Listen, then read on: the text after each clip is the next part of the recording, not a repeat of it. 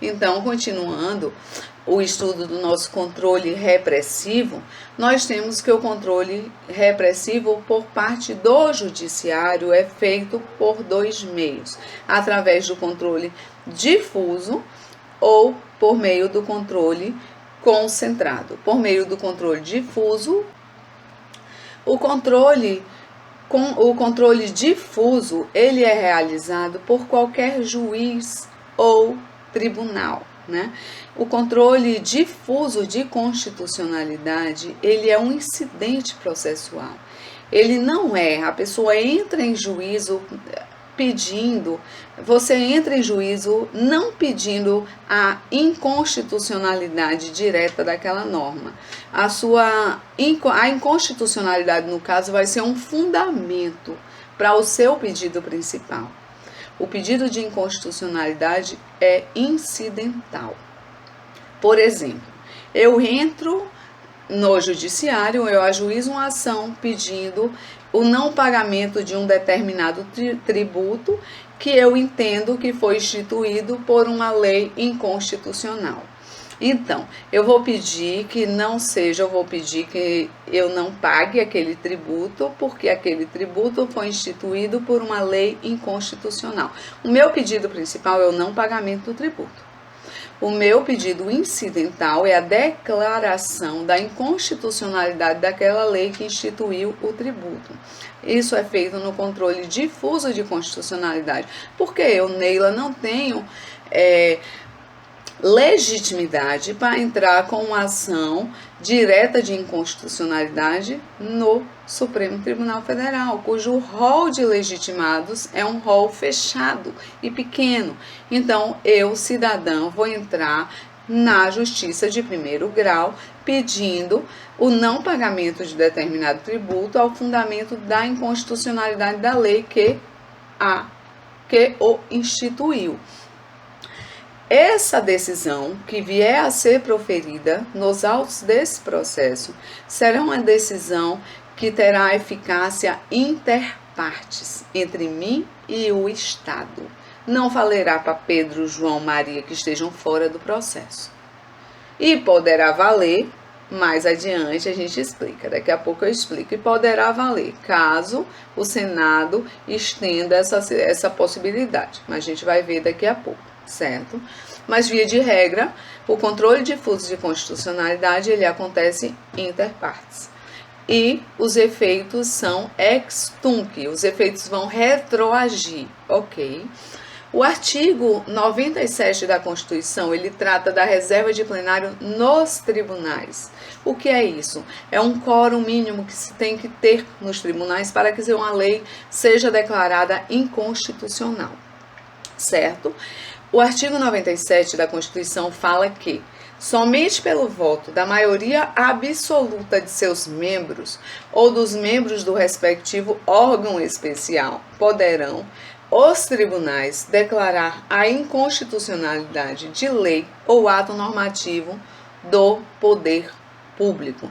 Então, tem que se haver o respeito à reserva de plenário para que um tribunal possa declarar a inconstitucionalidade de uma lei ou de um ato normativo. Gente, o controle difuso de constitucionalidade nos tribunais se dá da seguinte forma. Recebido o processo, em função de um recurso, o relator, ao analisar que existe a arguição de uma inconstitucionalidade, o relator mandará ouvir o Ministério Público e as partes. E após submeterá tudo à turma ou Câmara, dependendo do tribunal. Se a turma ou Câmara rejeitar a arguição de inconstitucionalidade, o processo seguirá normalmente, será apreciado o mérito normalmente. Contudo, se a turma ou Câmara acolher a arguição de inconstitucionalidade, ela deverá submeter aquela decisão deles, eles acolheram, né? A turma ou Câmara acolheram a inconstitucionalidade, a arguição de constitucionalidade. Ele deverá submeter essa decisão ao plenário ou ao órgão especial, nos termos do artigo 90, nos termos do artigo 949, parágrafo único do CPC. Porque, como a gente viu há pouco, somente o plenário ou órgão especial do tribunal pode declarar a inconstitucionalidade de uma lei ou ato normativo. Certo? Dando continuidade, Brasil, né, gente? Jeitinho brasileiro. O que é que estava acontecendo? Ao invés dos tribunais declararem, analisarem, fazer esse procedimento de submeter, da turma analisar a Câmara e depois submeter ao plenário ou ao órgão especial para analisar a inconstitucionalidade e declarar a inconstitucionalidade se fosse o caso, os tribunais estavam simplesmente afastando a incidência da norma. O que aconteceu? Então, ao invés de declarar a inconstitucionalidade, eles afastavam a incidência.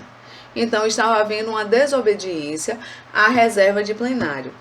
Essa desobediência motivou o STF a editar a súmula vinculante número 10, que fala o seguinte: viola a cláusula de reserva de plenário prevista na Constituição, no seu artigo 97, a decisão de órgão fracionário de tribunal que, embora não declare expressamente a inconstitucionalidade de lei ou ato normativo do poder público, afasta sua incidência no todo ou em parte.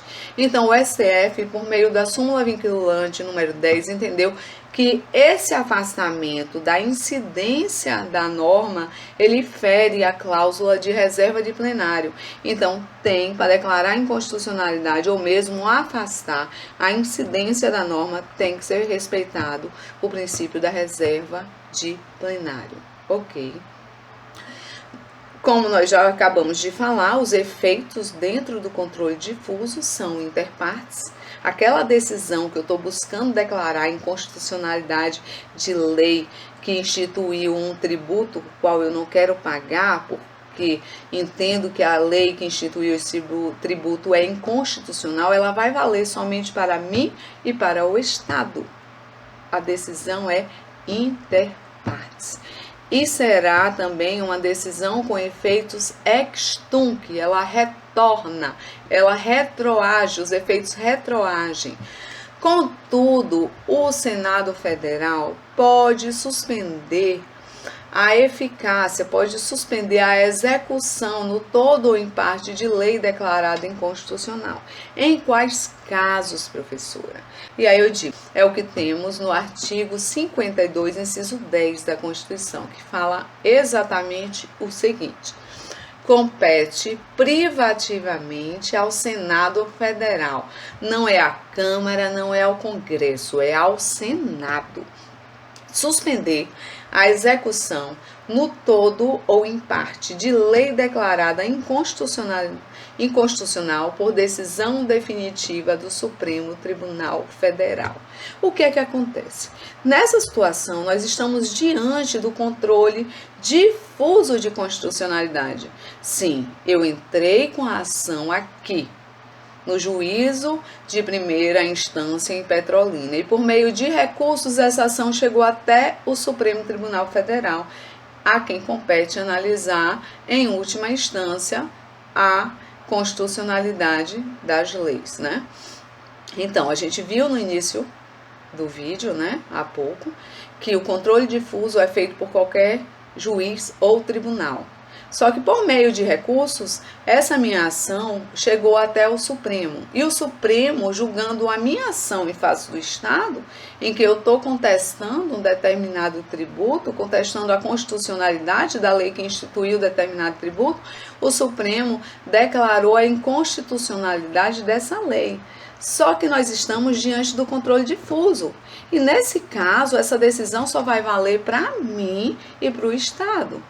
Só que, diante da situação do controle de constitucionalidade, de inconstitucionalidade ser uma situação extremamente grave, a Constituição mesmo previu uma forma de ampliar essa eficácia, ampliar essa decisão para outras pessoas. E como é que a gente faz essa ampliação? Por meio de resolução do Senado Federal. Então, o que é que acontece? Declarada por decisão definitiva do STF, o STF comunica ao Senado da declaração e o Senado pode suspender a execução dessa lei. E aí, essa decisão do Senado, ela terá efeitos erga omnes, valerá não somente para mim e o Estado, mas para João, Maria, Pedro, valerá para todos. Então, essa suspensão realizada pelo Senado, por meio de resolução, terá efeito erga omnes e ex tunc. Nesse caso, a decisão não retroagirá. E ex nunc, desculpa. Nesse caso, a decisão não retroagirá, certo? E outra coisa, eu pergunto.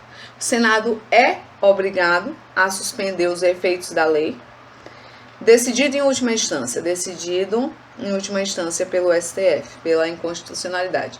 O STF comunica ao Senado que declarou lei tal inconstitucional em sede de controle difuso de constitucionalidade. O Senado é obrigado a suspender os efeitos dessa lei? Não, senhores, não. O Senado não é obrigado a suspender, certo? Ele suspende se entender pela suspensão.